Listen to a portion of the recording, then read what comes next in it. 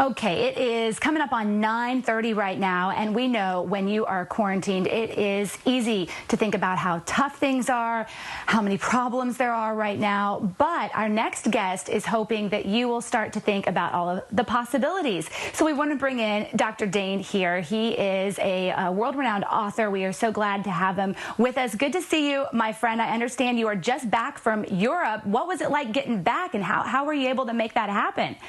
Oh my goodness. I was over there and I beat the coronavirus by a day in each country I was in. As I was leaving, they were closing the borders. And my last trip was supposed to be to Rome. And as we know, Italy is closed down. So I ended up doing the class from my living room with hundreds of people around the world, kind of like we're doing right now. Oh, very well. Well, we're glad you are safe back in the United States, Dr. Heer. So you're here to put us in a positive frame of mind today, and you've got some steps we can follow. So the first thing you tell us to do is never give up, never quit. Yes, because one of the biggest sources of worry that we have is the unpredictability and the uncertainty at right now. And so what you want to do is you want to look at, for you, what is the worst case scenario? Like, what is the worst that could happen? And commit to yourself, even if that happens, I will handle that and I will get through that also. I'm not going to quit, I'm not going to give up, and I'm not going to give in. And when you do that, you realize that anything less than that occurs, you can handle also. And what it does is it takes the paper tiger that's in front of you, and you stare it in the eyes and go, I'm not backing down on this one.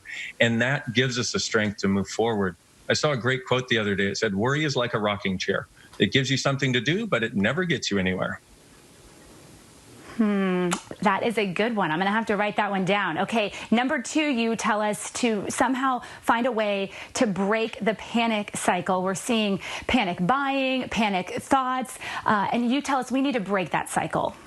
Yeah, and what we need to realize is we have people all over the world that are freaking out right now. And so we're vibrating like tuning forks, we're vibrating to the same tune. And what we need to do is ask, is this mine? And who does this belong to? Because when you ask those questions, they have a way of giving you some space to find out what's actually yours. If it's not yours, you can't do anything about it. But if you can let go of everybody else's stuff, you get a lot more ease. Like, I've had a lot of people who call me because they can't sleep lately. And I always ask them, is this yours? And they go, oh, no, I'm aware of everybody else who can't sleep. That's weird. And usually they start sleeping better. So do it with freak out, do it when you can't sleep, do it with all the stress going on, and it may help. And something else, it just feels like our lives are in such limbo right now, which they are, and it feels like we're not sure what to do and what our next action should do.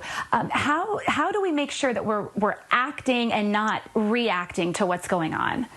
Well, what we need to ask ourselves is, what action can I take that will allow me to come out of this better than I went into it? Because most people aren't looking from that place, but just asking that question starts to open up that possibility for us.